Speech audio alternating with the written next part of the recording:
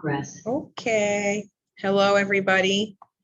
We're gonna just get to watching this. I'll just like the last 2 weeks, I'm just gonna pop in if there's anything that I think is gonna add value to it, just kind of like hit home some points about this section of the book. If you have any questions, feel free to pop in the chat. I'm gonna try and monitor it from my iPad over there. If it starts doing making that horrible sound, I might have to shut it down. But I will pop in periodically to check. All right. Happy Friday. Brooke, I love the dance moves. Thank you. Thank you. When you're up at 4 a.m., like this is already like midday for me, right? So I've got a few hours on a lot of our friends. I'm right there with you, Brooke. Honestly, I can't tell if I'm a little nervous to present today or if I'm just jacked up on the 4 cups of coffee I just had. Well, cheers. I'm on number 4 or 5 as well. And I think you're jacked up because you have so when it comes to the 3 L's. I have a different 3 L's, but we're talking today, the 3 L's of the millionaire real estate agent. And this is exciting stuff. We all of us have t-shirts that have the 3 L's on them, and we love them because it's so important to our business. Jen, Oh, sorry. Just trying to play with the volume over here. Yesterday's homework before we dive into this. Do we want to talk about some big why ahas? Yes, so good morning, everybody. Happy Thursday. This is session number 3 of the MREA series. Week 1 is almost behind us. You have one of my favorite instructors to close us off for the week, Chris Brown. He is our team leader out of the Boston metro area.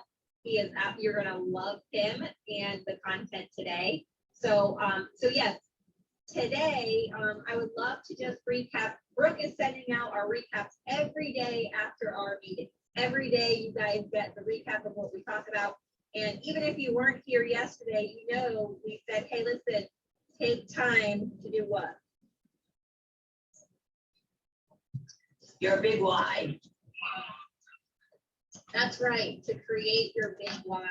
And we had a great panel up. We had Rhonda speaking, and then we also had some guests here that gave some really great tips on how to create that big why. So love to see hands up or come off mute and let me know who worked on that yesterday. How many of you worked on that yesterday? By the way, I read on it. Anyone?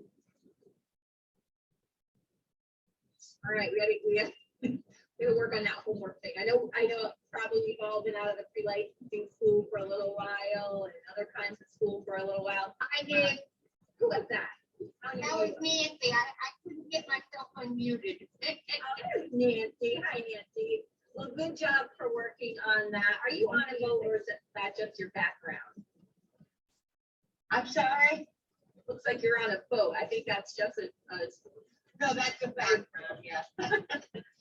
All right, so I just see like Julia's working on it. Nancy, good job for working on it because that is going to get you steps closer to understanding what this millionaire real estate book is really about and how you're going to implement it into your life.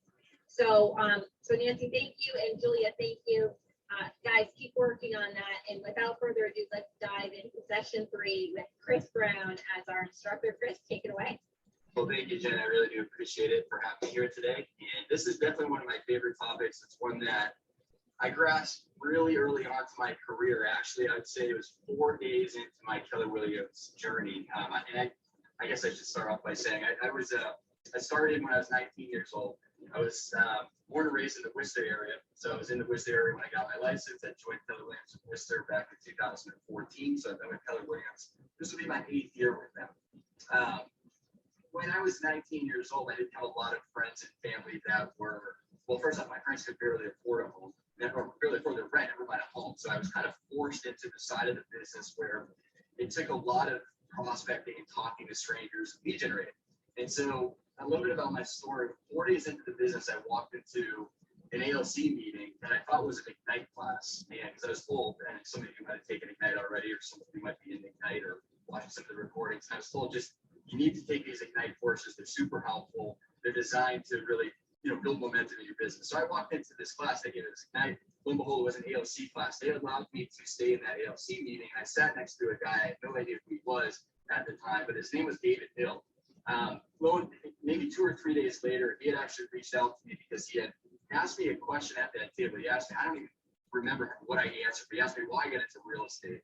And it apparently amazed him because 2 days later, he asked me to go out to lunch. Long story short, I ended up joining his team. He at the time was the #1 producer in the Whistler Market Center. He was selling about 100 homes a year. And they were all expired, canceled, and for sale by owner listings. It was about 95% listing based. And so there's going to be a huge conversation today about around listing. So long story short, I ended up joining his team as a listing specialist, and he really told me to grasp this concepts of lead listing leverage, just the entire background of his business. So after about 18 months with David, I decided to go and start my own team. We actually grew that to a 5th level team, and you guys will probably learn that in the MREA later on some of the levels of the organizational model. But long story short, we were all listing based. And the reason being is because I just was taught from David Hill, who learned it from this book, that you have to build your business around the 3 L's, which is leads, listings, and leverage. And so he said, listen, you have to make sure we have leads. So our source at the time was a source called Vulcan 7. And that was it was just a source that was providing us with expired, canceled, for sale by owner leads. It was providing us with the information so that we could reach out to them in regards to a phone call, try to set the appointment to then relist their property with these expired, canceled, for sale by owners. So that was our lead source. And we had plenty of them because at the time in 2014, we were not in the market like we are today. We were still in a buyer's market. So homes were sitting on for about 90 to 120 days. And they were expiring and canceling very often. So it was a big part of our business. We had maybe 40 to 60 of these leads on a daily basis that we were able to call. And so we had the lead source, and they were listing based. And the reason why we wanted to be listing based is because listings provide so much leverage. We knew that every listing we took, there was a potential for another 2 or 3 more pieces of business. And what I mean by that is usually the seller needed to go buy another home so we could represent them and help them buy another home. So there's 2 pieces of business right there just from the same seller. And then oftentimes when we were marketing the listing, we'd have a sign out front so that the people that would drive by that go on the signs, that would provide us with some unrepresented buyer leads, or we hold an open house and it would be an unrepresented buyer that walks in the door. We figured out that listings really was the key to getting more business, and the more listings we had, the more business we controlled, the more market share we controlled. And so that's all we focused on. In fact, when I had a team, I had grown that to 10 sales agents, actually, and 3 admins. They sold a few hundred homes in a couple of years in. I kind of pride myself on this, but at the same time, I really look back and probably should have. I wish I could work with more buyers. I worked with 3 buyers in my entire career. Because I just figured that I could leverage all of that, all of my buyers out either way. And if I spent more time taking listings, it's just going to lead to more business. So here's what I mean by that. You got a listing outside and you have a yard sign out front. Obviously, that's an avenue to get leads because you have all that exposure. You have your phone number on there, you have your email on there often, you have your company on there. The more times you have your signs out, the more calls you're going to get, the more leads you're going to be creating from that. And of course, you have it blasted on 1,000 different websites as well. So you have all that information on 1,000 different websites. You're likely to get some calls in from some of those websites from unrepresented buyers. So the key becomes converting those buyers in the long run. But long story short, listings bring leads and also leverage, because here's the thing, I could be anywhere in the United States really and sell a listing here in Massachusetts. I just wanted to hop in here just because this is just a quick little lead genning tactic that I would use if I have a listing. And you don't really have to have a listing to generate leads to do this. You can just host an open house for another listing. You could, and I tell everyone in the coaching program to give this a try, depending on your comfortability level, door knock the neighborhood ahead of time. If you don't want to door knock, invest in some postcards, send out postcards, walk the neighborhood and host. Jamie actually gave me this idea for a listing that I had. Hosted neighbors only open house, neighbors only first hour maybe of the open house that's already scheduled. And then make sure, obviously, you make it nice. I would bring cookies, maybe, have some wine, depending on the time of day, coffee if it's in the morning. And then you're in front of a neighborhood full of people who are interested in the sale of this property and how it will benefit their property.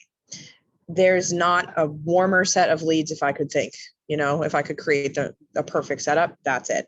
So if you have, open houses coming up, I know a few of you are covering some, try it. it is something that you want to like plan ahead. You know, it's great if it's your own listing, you know, the sign in the front, but it's not necessary to be that way. You could just say, hey, I'm covering. I want to make sure that you get an opportunity to see the home first. I know that the way that this home sells is going to affect the value of your home. Come take a look at it. Come take a look at how it compares to your property. If you want a CMA, I'd be more than happy to provide that to you. These are just real estate conversations. Don't think about them like scripts. They're real estate conversations. And that's that. Okay, I'm gonna let you keep watching. And here's what I mean by that. I like to relate this. First off, if the seller gives me permission, I'll put a lockbox in the door. And I could literally go take a vacation anywhere in the United States or anywhere in the world. Really. And there will be buyers agents that request showings to show that listing. I don't have to be at any of those showings as long as the seller doesn't give me permission again. Make sure you have permission for that. And the buyers just can show that home. How do they submit an offer, some likes and fruit details? I think anywhere in the world and really close this listing and leverage every single aspect of the listing. We have more time. Now, if I'm on vacation, what do I do with that time? I focus on getting more listings. And there's the leverage piece of that. So these listing scenarios, I want to actually there's a couple more things to say about this. And guys, I dropped a slide in that has that foundational model, and this is also inside your student resources. Ben is our MCTT chat moderator today. Thank you, Ben, for helping us. Don't feel like you have to rush and save all these things because they are in your student folder for you guys. So I think this is on page 99 here, very first sentence. I think it's more important to your sales for prospective buyers and sellers. That's exactly right. And I think this will lead you really into the conversation about the 80-20 principle here. So the 80-20 rule, I love this because, so David Hill, one of my first mentors in the business, he taught me that 20% of your actions are leading to about 80% of your results on a daily basis. So what are those 20%? What is the 20% of our actions focus on that are delivering 80% of our results? And he taught me what he called the job description of a real estate agent. It's just And there's June really users. 5 I things don't know in the if it's job like, remember description last that week? 20% that you really need to have in your schedule on a daily basis in order to start picking up some benefit. So the 5 things he has in the job description with 20% that we should be focusing on that lead to 80% of our results are this year. Number 1 is lead generation. We talked about that. You have to be lead generated. The more consistently you're lead generating, the more consistent you're going to have closings. Number 2 is lead follow. As your lead generation happens, obviously you're not setting appointments off now, first call, the first email, the first text message. It takes a lot of follow-up oftentimes. And actually, we tested this. Through expired cancel for sale errors, we actually found out that it takes on average 7 to 12 follow-ups before you actually set an appointment with one of those leads. We tested that for 2 years, and it averaged out to 7 to 12 both of those years. So it's a lot of follow-up. The name of the game for lead generation is actually really lead follow-up. So that's number 2. Number 3 is go on appointments. So what are you doing after your lead generating, your lead following up? The whole purpose of that is obviously to set appointments with buyers and sellers. The 4th is negotiate contracts. Now, this is a number of contracts, meaning obviously the buyer exclusive agreement and your listing agreement and every other contract with lead paint disclosure and all those other contracts that are necessary in your state, but also contracts like your listing presentation and your buyer consultation. So I kind of think of negotiating contracts as the only way you're actually going to get one of those signs is if you actually have a good listing presentation or buyer consultation. In fact, one of the things that I was taught early on is that, and now this is a little aggressive, and David Hill is a very aggressive guy, but he taught me that your success in real estate is directly correlated with how well you present the listing presentation or a buyer consultation. I just wanted to jump in here because we're on the last day of Seller 101 today. And I think that if you can make it in, that would be amazing. If not, I totally understand, but we're going to be doing it kind of like yesterday. It's going to be way more interactive. The first day of Seller 101, unfortunately, our VA system was down, but I show my listing presentation, and having something like that maybe took me like 20-30 minutes to put together. It's nothing serious. It's a guide for the conversation. It doesn't have so much information that they're like reading the entire time, but it helps me to present myself in a polished, professional way. What I'm going to be having you guys do in Seller 101 today is presenting me with the listing contracts, and I'm going to basically role play and be your seller. We'll go one at a time, and then we'll kind of just dissect how it goes. I mean, it's uncomfortable, it's vulnerable, but the more you practice, the better your listing presentation is when you are in front of someone who matters, not like, you know, just role playing. And so, yeah, I just wanted to encourage you to come and perfect your listing presentation. And I think that the art of creating it, so every day for years, for 5 to 6 years, I studied and practiced my listing presentation maybe 4 or 5 times a day. And ultimately, it helped me have that conversation with, you know, at the closing table with the seller to the point where, you know, we were taking like 10, 20 listings a month. So going to points is number 4. Number 5 is script practice and role play. So that's the 20%. So really, the idea is to take that 20%, those 5 things, lead generate, lead follow, negotiate contracts, order plans, script practice, and role play, and plug it into your daily calendar, time block that. And I mean, that's, if you follow that to a T, and you create a schedule around that, and you really create a bunker around that schedule, and you know, dictate the schedule and everybody around that, like a true professional does, right? Think about like a dentist or a doctor. Right? They have a schedule that they follow. I walked into my dentist today because my tooth hurt, and I said, Doc, I need to sit down because my tooth is really killing me today. You can help me out. You would actually probably say, actually, there's somebody at the front desk that can push in the schedule line available next to see you. Right? So they're dictating the schedule, so they do the same exact thing. In fact, maybe if you have time at the end, I'll share with you, not just like a general schedule that we should be following around this job description, or that I was talking about exactly.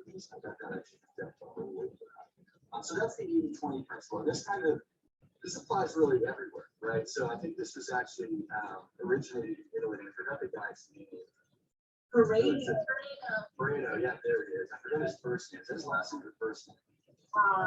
Last name, I think, I don't remember actually. Yeah, so he found out, what was it, that 20% of the people own 80% of the land in Italy. And he also found out that 20% of those people control 80% of the wealth. And then, I heard a funny one recently, actually, that we're 20% of the clothes that you have on, or 80% of your closet or something like that. We wear 20% of the clothes that we have on a weekly basis. I know I do the same thing, or like 5 to 6 outfits that every the same outfit every single week. It's like 400 outfits. Same. Drop PW t-shirts too. No, exactly. It's the same shirt. Exactly. All right, so let's keep moving forward. That's the 80-20 principle there. So next actually is the 8 goal categories. And, this actually, I had a different idea of what these goal categories were. So until I was reviewing these this morning, actually. So this is actually a really good review for myself. The point here, though, is you have to track your numbers. And we're going to talk about exactly what these 8 points are. I learned very quickly that the only way to really improve is to understand where you're at in the moment. The only way you can understand where you're at in the moment is if you're tracking every single conversation that you're having and what that is converting to all the way down to the closing. And so what I mean by that is you were tracking every lead that came in. So, for example, if we had 10 people walking through an open house that were represented out of 10 leads, then we would track how many people would pick up the phone when we were actually making the calls. We would consider that a contact. If somebody picked up the phone and had a 2-way real estate conversation with us. So let's say we made 10 calls and only 2 people picked up. That was a 20% conversion ratio on those leads right there, and the calls that we were making. So we had a 20% contact ratio there.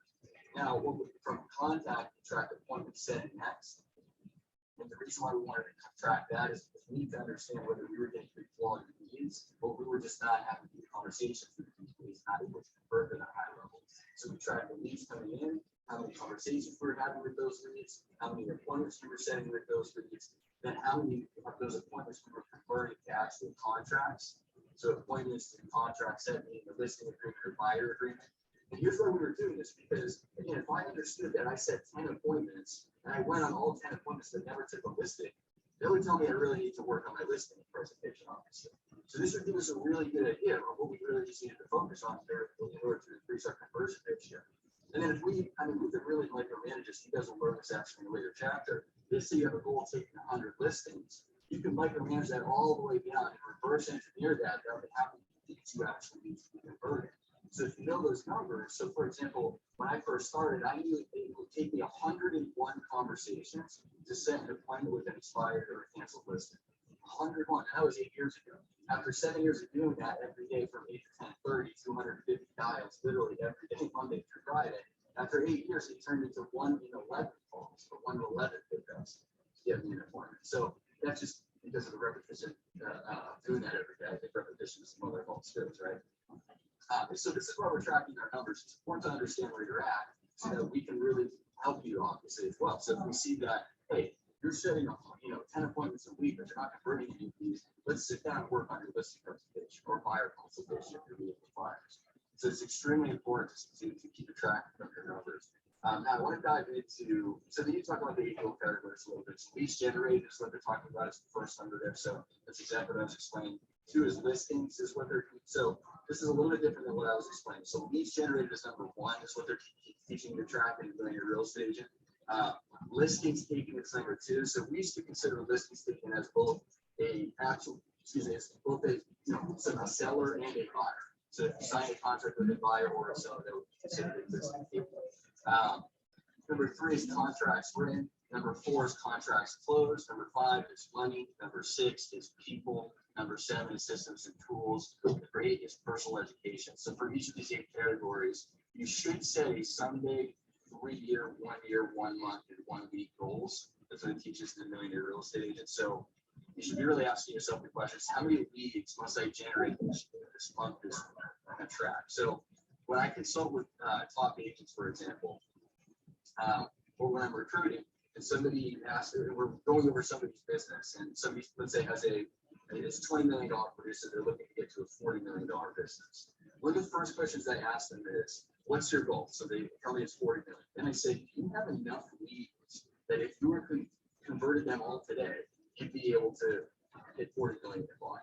If they answer no, then they have a lead generation problem. If they answer yes, then they have a lead conversion problem. So the first thing we have to ask ourselves is, do I have enough leads to actually accomplish the goal that I'm trying to accomplish? So if you set a goal of making $100,000 in 12 months, the next question you need to ask is, do I have enough leads that if I converted them all today, I'd make $100,000 in the next 12 months? If you answer no to that question, you have a lead generation problem. You just need to figure out how to get those leads to accomplish that goal of making $100,000. You can reverse engineer that all the way down to the activities you need to do on a daily basis. That's why we need to be tracking these. And then how many listings I must take this year is obviously what we're tracking. 12 contracts. Jen and Brooke, do you guys want to hop in here and say anything about this? Because this is the part where I actually this is a good refresher for myself, actually. And so this is my passion when it comes to database work and data bank work. And the foundation of a good database and understanding why data matters so much and getting our contacts up to 80%. Chris, can you do your lead gen with a weak contact tag or can you call people who don't have a phone number? I'm sorry, say it again. Can you call people who don't have a phone number? No. Right? Can you email people or do your touch lists if you don't have information like an email address? No, of course not. This is why we harp on it and we help you and we want you to get this data. And in the beginning, we are so big on build your database, build it cleanly. So that way you have a data bank to do these things because you need the data to push yourself forward for 3L. So if you didn't have the data, Chris, you have incredible data. I would love to see inside the database to see these things. But this takes time. This takes practice. So make sure you're putting your stuff into the system. Make sure you're tracking the activities because you need to know what works and what doesn't work. And that's one of the things. New agents want this easy button. They want to know what to say, who to call to get that listing. And it starts with having a clean, healthy database. Yeah, that's exactly right. I think I agree with you there. And I think, I've been really harping on inspiring listings and leads. And I mean, there's so many different ways to lead generate, obviously. And I think one of the greatest ways to lead generate is obviously through your database. And the fact that we have command that tracks everything that we just mentioned for you right on a platform, right? That's amazing. Is Benjamin have a question? Hold on. Okay, sorry, there were people in the background. I want to take a step and just backtrack here because they had talked about, building your database and having a plan. It's very important that I know that when we have our one-to-ones in the group coaching, we usually discuss like, why are you doing this so that we can break down in chunks, and that kind of keeps you going. Part of that is also knowing what the goal is and breaking it down into strategies and priorities, or priorities and then strategies. We're going to be working on that starting the first week of October, but I just wanted to have you guys start thinking more about your big why, more about, why are you doing this? What is the actual goal? I like to tie a dollar amount to it. Just makes it easier to kind of break it down from a math standpoint of how many deals you have to close to get there, whether it's your salary, whether it's a trip, whether it's something, you want to save for. Start thinking about that, because in the coming weeks, we're going to get more serious about doing our business planning. Like Jamie said at the shareholder meeting, we're already in 2022. 2021 is over. This is where we need to start planning for 2022. Carry through, do everything you can do. And if you will absolutely see the results if you don't stop working now. There are so many agents out there that stop working this time of the year. And then when March comes around, they're like sad they don't have listings. But like, it takes a while, and it takes some time. Having your GPS hold you accountable to that, and helps me hold you accountable to that. So get to thinking so that when we hit 2022, y'all are capping fast. The piece I wanted to add was that he's all about how to generate leads, then get into listings, but both with the follow-up. And KW Command is perfect for that, because if we can apply the smart plans with the 33 touch system, you can generate leads and then systematically convert those leads into listings, right? So it isn't like, hey, generate leads and then forget about them and then suddenly have listings. It's generate the leads, do it systematically, follow up with them systematically, utilizing our technology with the smart plans, with keeping track of your notes, using bulk updating to help speed you along. And then go and utilize Leverage, which is the software. It is. And smart plans are so fun. And guys, I'm teaching it today at 1 o'clock. If you want to dig into it as a region, we're going into leveraging the power of smart plans and why they're so important and just how easy they are. It's going to blow your mind, and it's going to make you better at follow-up. So I love what Benjamin was mentioning about. I want to add here too. So if you guys haven't done the Scott Leroy Marketing Challenge on Smart Plans, I can't say enough amazing things about it. There are people that see me that are in my database that I don't see on a regular basis. And one of the first things they always tell me is, you have it really going on. You email me every morning at 6 a.m. I was like, no, I don't. They don't know that that's not me. And I've made it a priority to make a smart plan so that they're constantly, hearing from me. But it's that simple, and it's a tool that Command has that you should absolutely utilize. And you will see the benefits of it. Last year I did a Christmas smart plan, and my spring was fine. I capped in March. So I honestly think probably about 50% of that was because of just my Christmas smart plan. Just checking in every week, I sent little Christmas coloring sheets through the smart plans, like simple things. And definitely, if you haven't dove in on how to do that, if you want help, book an appointment with me. I'd be more than happy to help you set one up. There's already templated ones that you can use if you kind of just want to set it and forget it and not create your own. But definitely dive into the Scott Leroy Marketing 30-day challenge. There's some good information on smart plans there. The follow-up itself is what we call state emotional proximity to your database. So Jason just talks about this all the time. It's kind of like, use the example of like going to a endorsement rack, right? You go to an endorsement rack and somebody at the door every time they say, hey, how can I help you out? Not because they're depending on samples browsing. Yeah, if I go to an endorsement rack and you're like, I'm looking for trust pants, let's say, and I pick up a pair of trust pants that I really like, now I have an emotional need. I'm just going to grab the first employee I see that it's got trust in it. That's the emotional proximity. I'm just going to grab whoever the service that you the closest, right? So when we're seeing emotional proximity to our database through, like, let's say 40 touches in a 12-month period that you do right through Command for smart plans and tasks, you're going to get emotional proximity with everybody in your database. So I would encourage you to put everybody in your database some sort of smart plan, task, whatever it is. I would say I like to keep about a 36 touch minimum on everybody in my database. That's 20 touches minimum a month. You might be thinking, wow, that's crazy. Why would I want to communicate with my database? Everybody in there 3 times a month. I mean, think about how easy this is. One of them I loved actually is the birthday smart plan. Actually, I saw one recently that was created where the agent has it set up where so that the person that, let's say the birthday comes around for this person in line, they don't remember everybody's birthday, the system does this for them. And so what happens 7 days before the person's birthday, they have it set up so that the person gets an automated text message that says, hey, I noticed it's your birthday week this week. Have a good birthday. Imagine if you get a text message like that from like the doctor or like dentist.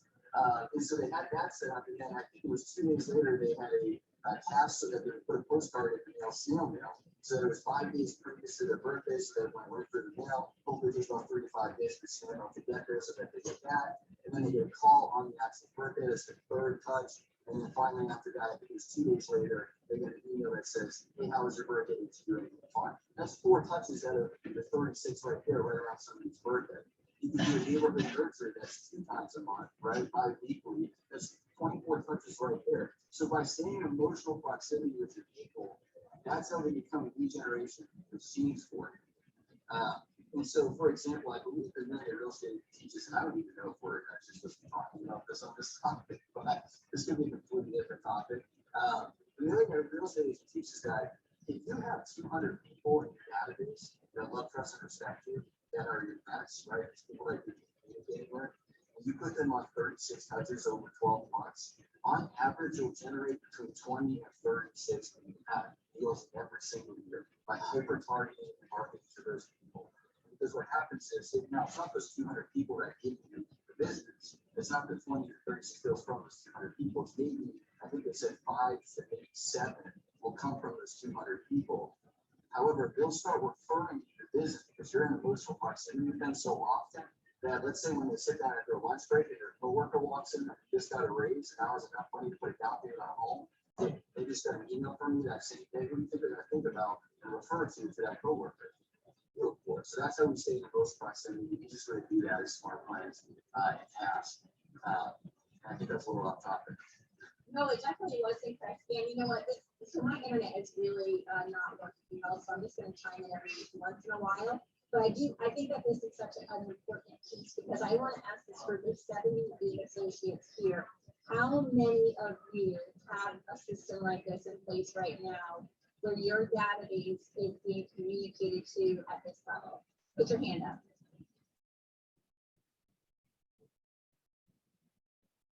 I only see Corinna, but there could be more of you that have your hands up. And would you mind coming off mute for a quick second and telling us what are the results of having your database on a system like that? Well, it does keep you on top of mind. When I got into the business, it was 2015. I got my license late 2014. So 2015 is when I really started selling real estate, and I started by calling expireds, and I got really good at that. But then the market changed and it got easier. However, those people in my database that I talked to back in 2015, I was still reaching out to them. They were getting a calendar from me. They were getting a phone call from me. They were just getting like a crazy little text from me. And this last year in 2020, those two of the people that I keep track of ended up selling their houses with me in 2020. So it was just, and they weren't even a 36. They weren't even a 36 touch. They were probably like a 20 touch or something like that, you know, but they were, and they knew me. One of them, before I sold her house, which I sold her house this year, she had referred me. She had never even met me. She referred me to her sister. She referred me to her mother. And then when she was ready to sell, she called me and said, just, get me just send me a contract, I'll sign, let's go. And now, and that was it. And I wanted to just pop in here to say that part of over communicating, especially on an emotional level, is building trust with your clients. I talk a lot in Seller 101 about a lot of the resistance that you get is usually from people who there's a lack of trust there.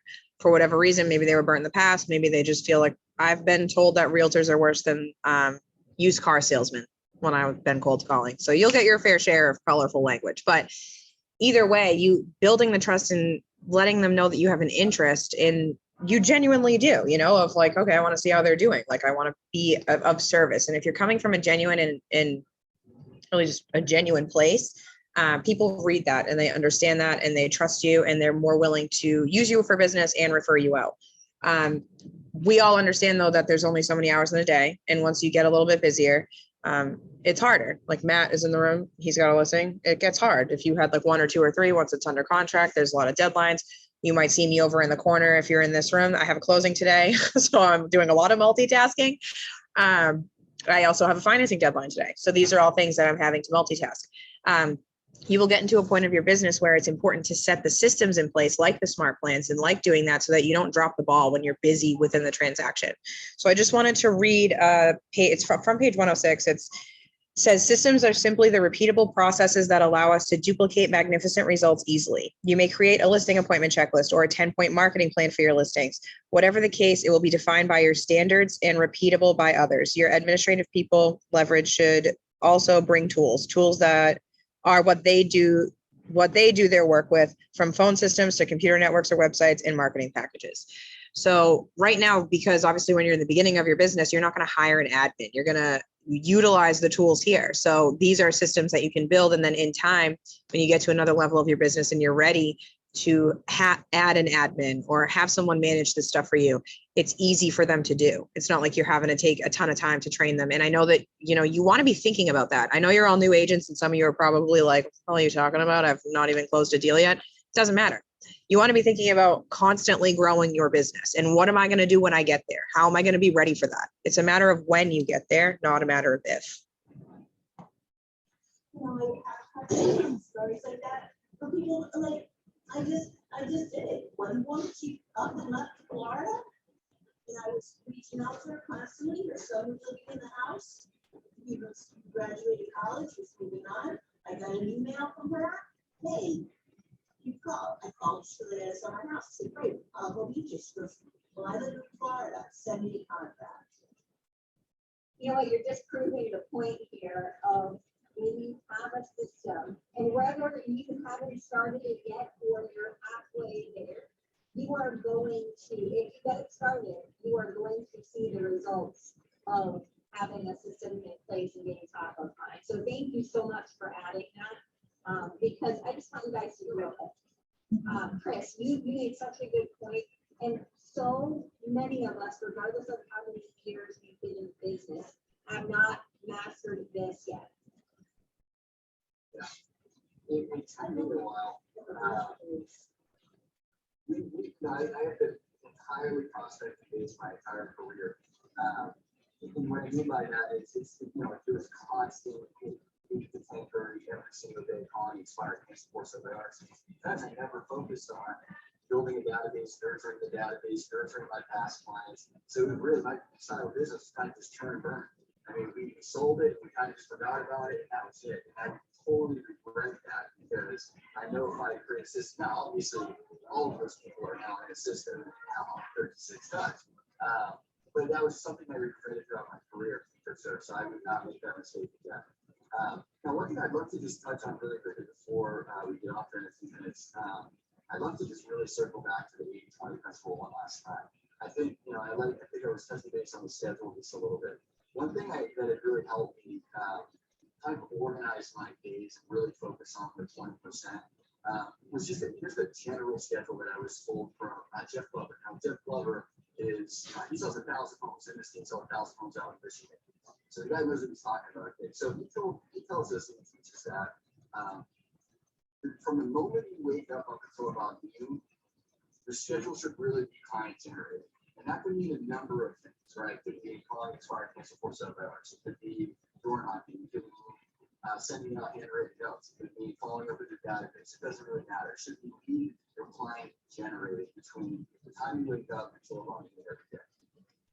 And again, this, you don't have to follow this. This is just what best practices that your brother follows that help you sell over 1,000 homes a year. Now, and he says anything after you, until the time you go to bed, it should be client service.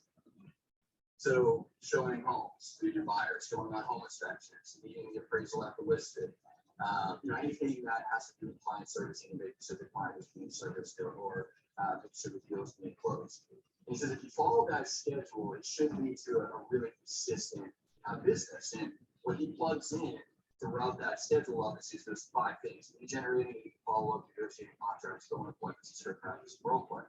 I modeled his entire schedule for about 3 years. And so what his schedule looked like was exactly 8 to 10:30 every morning. He was lead generating. And he was doing expired cases for settlement owners as well. He was a heavy prospecting based team. I believe I heard him say once actually he made his first $1 million in selling real estate before ever spending a dime on marketing. He was that prospecting based. And so he spent every morning 8 to 10:30 generating expired cases for settlement owners. He found out that was the best time to do that because when you're calling these people at 8 o'clock in the morning, most of them are miserable and discouraged, right? Especially on like a Monday morning.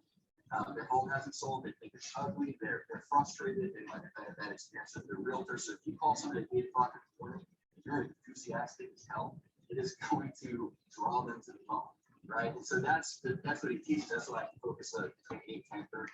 I just want to pop in here and say, you'll notice that he's saying that he modeled somebody else's schedule. So don't go out of your way to be reinventing the wheel here. If there's an agent in the office that you see, buddy, I am open about my obsession with Jen Hamilton. Like, I think that I would love to model her entire business. That's who I've always looked up to, even when I was at Lair. Saw her everywhere. I thought this lady is like a genius. So you want to pay attention to the people that you're noticing, like, oh, wow, I would love to have a career like that. Great. Well, go talk to them and have a conversation and pay attention to what they're doing and just do that. Eventually, you'll put your own spin on it. You'll have your own way of doing things. But it should be modeled off of something. It doesn't need to be something that you're inventing. Take a little bit of the book, take a little bit. I've seen some people speaking with Ron Carpenito. There's a lot of great agents in here that are more than willing to share.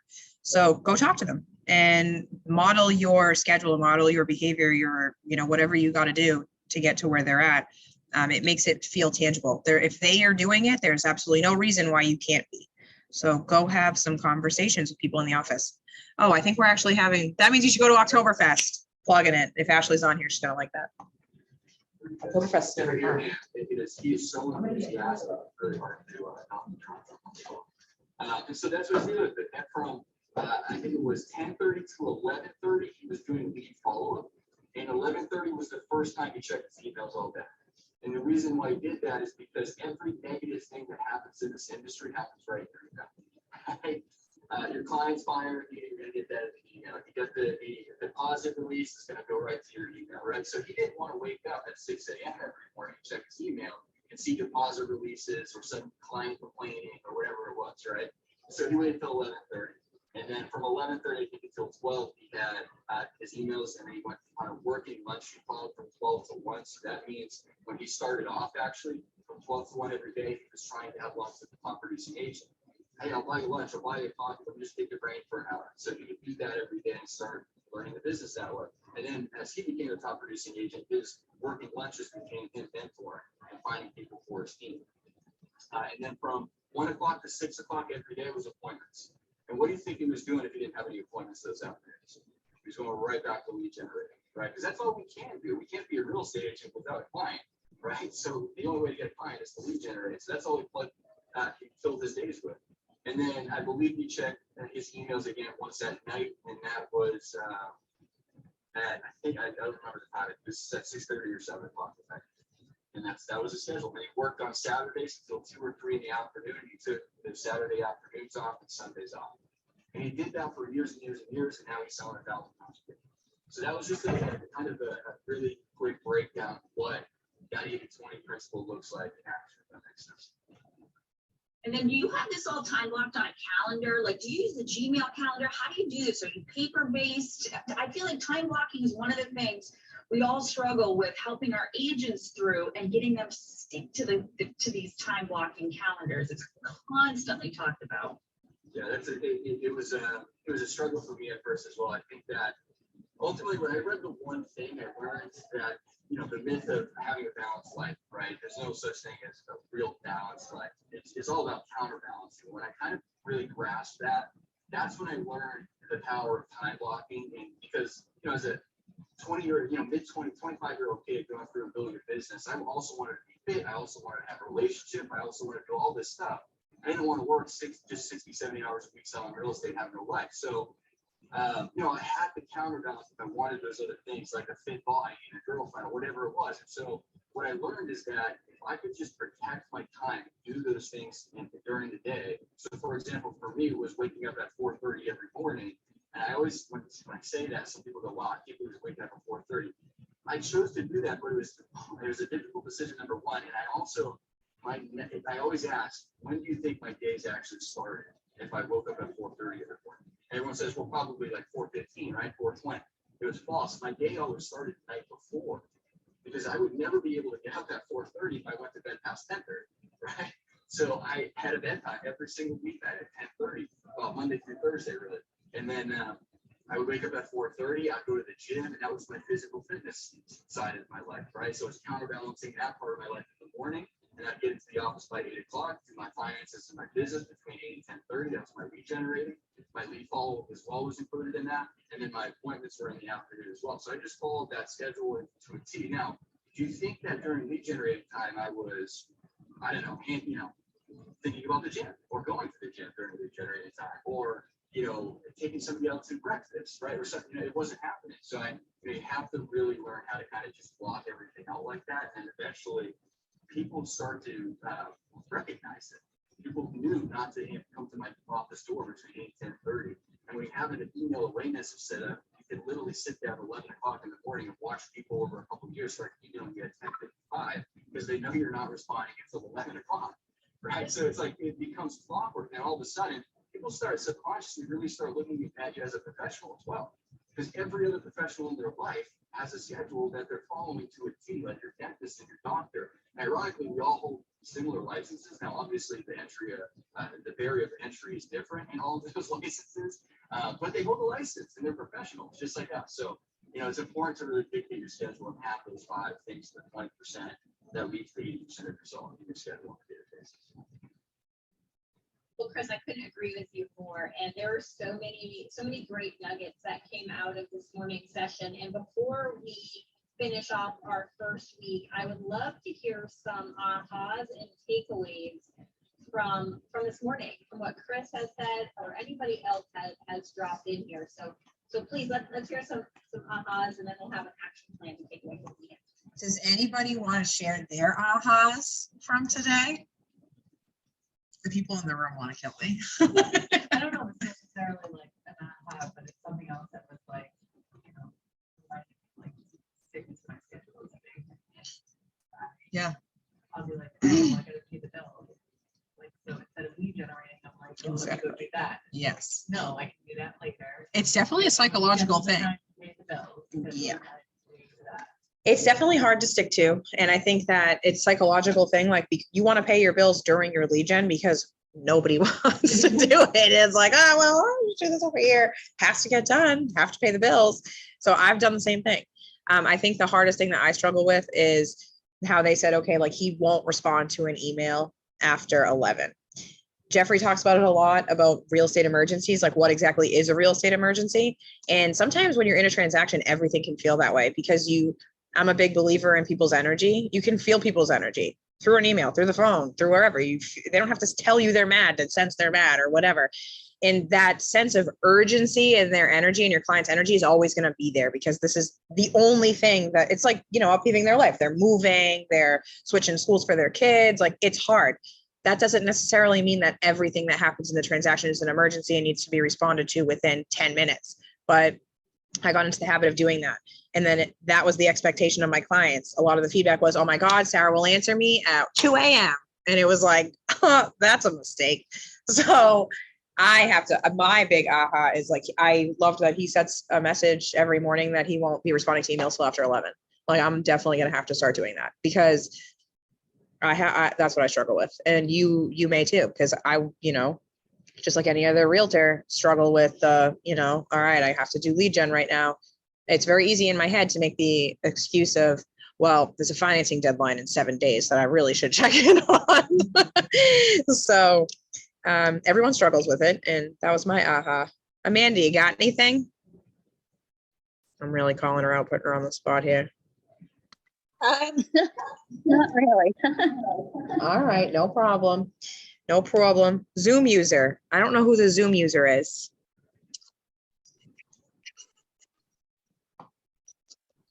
I'm really pressuring people here.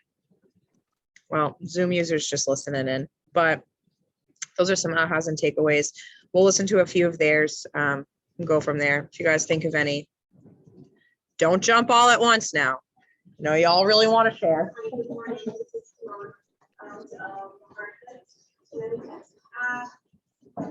looked at is really looking at our database like a data bank. And it's never too late. When you hear of the Chris Brown successes and the David Field successes, we could get so intimidated, like, oh my gosh, then we can't move it. And the word of encouragement is never too late. Because COVID last year just caused me to erase my internet and get back to my database, right? So through a hole, I was reaching out for those people. And then I realized that for all the business that I did last year, I've already crushed that amount of business already. And we're just entering the 6th month of the year. So those calls actually work because it puts you top of mind. And with all of the resources that are out there, don't neglect to get help. You know, there's so many partnerships with job placement agencies that you can reach out to and get more free guides, FREE, where you can get a mature individual who is looking to get back into work and have them get placed with you so that they can help you to start your database, get those first aid in there, and do all those things. Put 10 smart plan classes for you and get your smart plans in there to get help. Don't get lulled into just being scared, thinking that it's too late to move this for a moment. And that's it for me. Absolutely works. All the year last year, I've already crushed that volume in business, and we're just wrapping up the 5th month of the year just by getting that survey today. That is absolutely amazing. Thank you for sharing that because a lot of people needed to hear that. So thank you for sharing. I totally agree with that. This is Nancy from KW Coastal down in Middletown. You know, I recently come into KW from another program, and I used what their version of the smart plan was all the time. And I got people in touch with me all the time because of it, because of a newsletter I sent, because of a postcard I sent. So why aren't I doing it now? Well, there's like some old joke about, you know, why did the salesman stop doing that? Because it was working, you know. So if nothing else, I am just totally getting ready. I just wanted to throw in here too. You guys aren't at the stage yet, but again, I want you to always be thinking about when you get to the next level of your business. I'm at the point now where, excuse me. I'm at the point now where I have to really, I should have hired leverage a long time ago. I just like the guy, Chris in this video where I'll have like a ton of business, and then I'm completely eaten by the business and I don't have any help whatsoever. And then it crashes because I fall off on my lead gen. Because again, like we had just said last time I popped in here was, you know, it's very easy to make an excuse to not do lead gen. So you want to pay attention to when you know that you're secure enough in your business to hire an admin. It's know when we're there. And hopefully, you know, hopefully you're still here. Hopefully I'm still in touch with you. And if you ever need to bounce that off of like, hey, I'm drowning. Do you think we're ready yet? Let me know and we can discuss it. But I definitely think you want to be thinking that. Know when, okay, now I have to hire leverage. Me personally, I'm at the point now where I just hired my first VA. I am terrified, but we're doing it. We're doing the thing. And I just wanted to keep that in mind because I wish someone had told me that sooner. I didn't learn about leverage until I came to Keller Williams. My parents, very old school. They just grind all day, every day. They're animals and God bless them. But I have a 2-year-old and it was very hard for me to do that after I had my son. It was hard to sustain. And, you know, thank God I came here and I learned about leverage. I mean, I read about it in MREA when I read it the first time, but it's just reiterated so much here that I just like to plant it in new agents' head early, because if I had known that, my business would be much different now. Back into the smart plan. Calling my database is getting a little warm. You know, I actually had someone at the outpost see me walk up and scream, just yell, jokingly yell out, I can't want to sell my house. So I think going to the smart plan, is going to be my next big venture here, starting this afternoon, working that out, and figuring out how to get that up. Awesome, Nancy. Well, thank you for sharing that for sure. I'm gonna go over to Sue and then to Benjamin. So Sue, you're up. Hey, how are you? Great. I appreciate that, after the birthday, smart plan, because I do a lot of birthdays, already. I do the chats, I say no harm, scratching, and that sort of thing. And I use my database and communicate to it regularly, and I love technology. Like particularly about that is I'm going through now, and my goal is working on elevating what I am doing, so breaking down the pieces of communication that I have, and how do I elevate that up to try to gain more business and go after like higher price points, things like that, by elevating my service. So for me, it like totally switched my mindset on the things that I am doing in regards to cards, the personal touches, and how I can elevate that. I have 2 touches on that, and this person had 4. I'm like, wow, that's great elevation there. And I bet it's really good practice, so I can continue giving us that. Well, thank you, Sue, for sharing that, and I love your takeaway. All right, Benjamin, you are up. I just wanted to take time to back in what we were talking about yesterday, to today's conversation. So yesterday we were talking about the big why and everything, and I think that has a lot to do with what we're talking about today. Is once you set your big why, keep there, then you can systematically go to how you're going to achieve that big why by following maybe the same daily process as the millionaire morning, I think it was called. Anyway, so we talked about yesterday. And then just finally talk about today about the schedule that he follows from 8 to 10:30, he's doing lead gen. From 10:30 to 11:30, lead follow-up. 11:30, email checkup. 11:30, emails. 12 to 1, work lunch. 1 to 6, appointments. Just keep the team leader at my office behind me and saying hi. So then it goes from there to the leads that you generate, then to the listings, and then it's what comes next is the marketing part. So someone mentioned how they don't have time themselves to enter in this stuff into command. Well, that's in the model too. It's leads, listing, leverage. You generate so many leads that you can't handle the listings, and then you have to train the team in order to handle the bulk of leads. Utilize the leverage of smart plans in order to mitigate your time, because it's all about the 20 principle. You don't want to spending the 80% of that time doing the email, sending out text messages, because with smart plans we can automate that aspect. So we leverage that out. We're leveraging out because now with command, so much better than Placement and before. With all these third-party software, now I don't have to go anywhere. I can go from the one place.